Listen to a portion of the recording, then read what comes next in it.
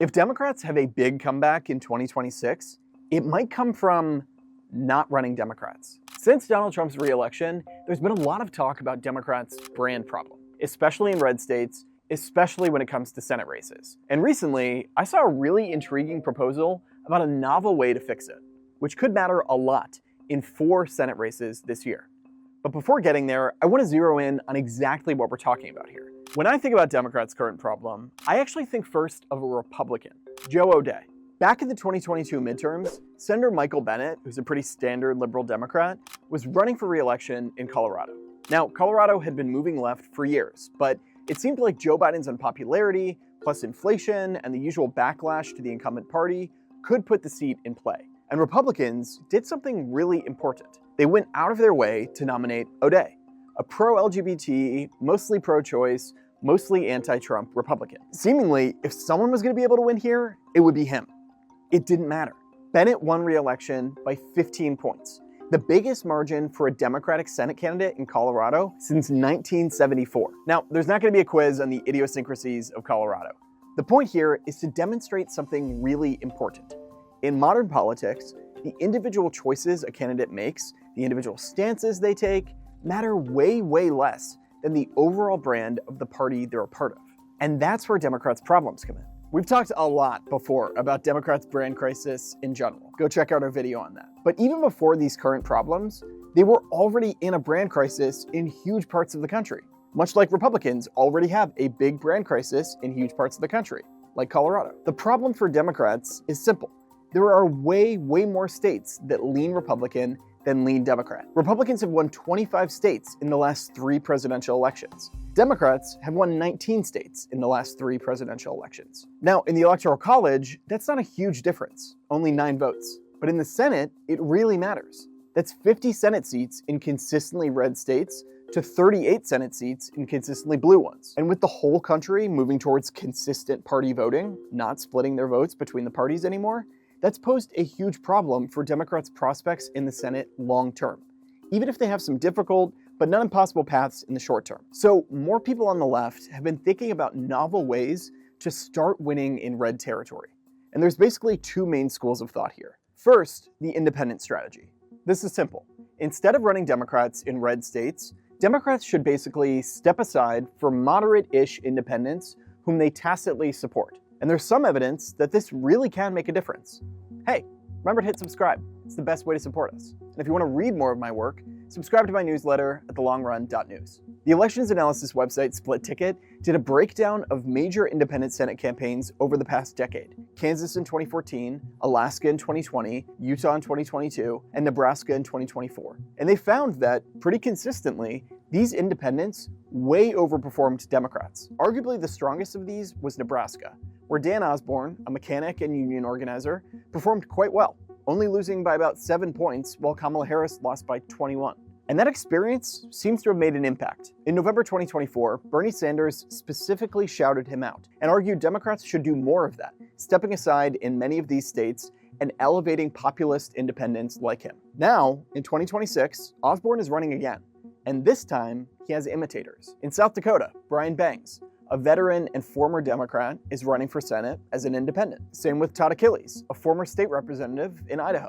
And in Montana, Seth Bodnar, who is the president of the University of Montana, is doing the same. And he has the support of ex-Senator Jon Tester, the last Democrat to win statewide there. Now, the question of how affiliated these people are with Democrats is a little up in the air. Someone pointed out on my last video that Osborne has said he wouldn't caucus with Democrats, which is true. At the same time, caucusing is a bit of a nebulous term. There are literal caucus meetings where each party's senators meet and chat and strategize, and people who officially caucus with a party skip those all the time. Kyrsten Sinema did, John Fetterman currently does, even though both still caucused with Democrats. Then there's the question of committee assignments. You get those through the party you caucus with. So refusing to caucus with either party, like Osborne said he will do, means you wouldn't get to actually do much of any work in the Senate, which is why I'm a little bit skeptical of that promise. And then there's the most important question of all, which is, who do you vote to make the majority leader? And on that core question, it does seem pretty obvious that all of them would be affiliated with Democrats. Now here's the thing. All of these guys are underdogs. Part of Osborne's performance in 2024 was that he took advantage of flying under the radar. His opponent was caught sleeping. She didn't raise a lot of money or run ads early.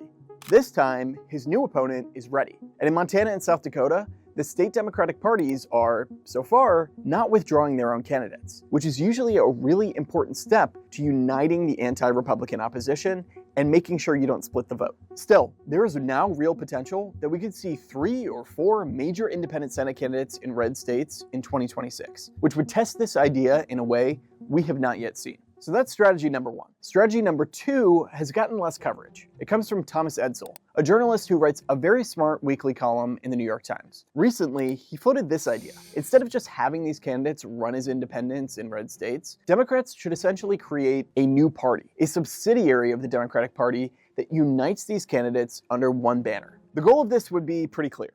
Create a new vibe, a new brand that gives these candidates distance from the national brand of the Democratic Party. Now, Edsall does write that even among the Democratic consultants and thinkers he talked to, there wasn't a lot of enthusiasm for the idea. But it got me thinking, partly because this wouldn't be an entirely new idea. Right now, of course, we have 50 individual states that each have affiliate parties of the National Republican and Democratic parties. The Nevada Democratic Party, the Vermont Republican Party, etc. But there are actually 2 states with slightly different affiliates. In Minnesota, the Democratic affiliate is not the Minnesota Democratic Party, but the Minnesota Democratic Farmer Labor Party. In North Dakota, it's the Democratic Nonpartisan League Party. Both of these are remnants of mergers that occurred in the 20th century. There used to be a Minnesota Farmer Labor Party and a North Dakota Nonpartisan League Party. They were both progressive, left-wing, and they were both hugely influential. They elected governors and members of Congress, and both of them merged with the Democratic Party in the 1940s and 50s. And created these kinds of fusion parties. And while there's no direct evidence that different branding and naming has a clear effect on their fortunes, you can see how maybe it could. Instead of a D next to a candidate's name, it's a DFL or a DNPL. There's a local flavor, something rooted in the specific history and dynamics of each state. And there's some evidence that people are willing to vote for a candidate who's a Democrat as long as they're not listed as a Democrat. Here's an example. In 2014, Andrew Cuomo ran for re-election as governor of New York. Now, New York used to have a very unique and very cool fusion party system, where candidates could get the nomination of many minor parties, in addition to the major ones. In that election, Cuomo was the nominee not just of the Democratic Party, but the Independence Party, the Women's Equality Party, and the Working Families Party. And when you look at the results, the counties in which he received the most support on the Independence Party line were actually the counties that, 2 years later, swung the most towards Donald Trump in that state, which indicates that, potentially, there were voters in these counties who had begun to move away from the Democratic Party, but were still willing to vote for a Democrat with a different label. So what exactly would a subsidiary of the Democratic Party look like? What would it be called?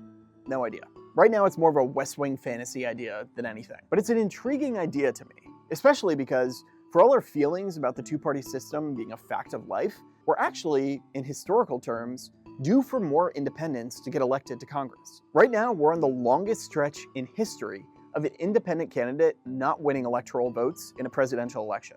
And we're on one of the longest stretches without a new independent getting elected to Congress as an independent. The last time it happened was in 2012, with Maine Senator Angus King. Since World War II, it's happened at least once every 20 years. So there's some case to be made that something's gonna give soon. That being said, it's a really big mountain to climb. And the question of whether Democrats should or will withdraw their candidates in these states is actually a good demonstration of the limitations of that approach. On the one hand, if Democrats still run a candidate, that basically cripples the independent. Even getting like 5% of the vote could be enough to let a Republican win with a plurality. On the other hand, the act of Democrats throwing their support to an independent, even subtly, even unofficially, provides that independent with some of the exact baggage they don't want. The fact that Democrats want them to win. And that's kind of an unavoidable fact in all of this. For a lot of voters, the feeling of the Democratic Party wants this person to win, or the Republican Party wants this person to win, overrides everything else. And in a hyper-nationalized environment, when everyone can access any information at all times, that's a really hard thing to get over. It might sound funny, but it's similar in some ways to the decline of regional accents. Linguists have been studying this for years, and many have argued that the rise of mass media has contributed to people's speaking styles kind of moving towards one consistent national accent. There's a case to be made that we see the same thing in voting patterns and partisan identification. There used to be a distinct brand of a Vermont Republican or an Arkansas Democrat. That's just not true anymore, and it's a hard thing to get over. even if you have a different letter next to your name. With all that being said, Democrats have been trying over and over again to break through in red states with a lot of the same approaches and a lot of the same kinds of candidates. And even their best possible candidates, like Joe Manchin in West Virginia, Jon Tester in Montana, and Sherrod Brown in Ohio, couldn't survive after 2024. So with all of that as the background, trying out more independents, or whatever they're called, is probably as good of an approach as any. The worst that could happen is they lose, which they're already doing anyway. What do you think about this approach? Let me know in the comments below, and remember to hit subscribe to the channel and my newsletter.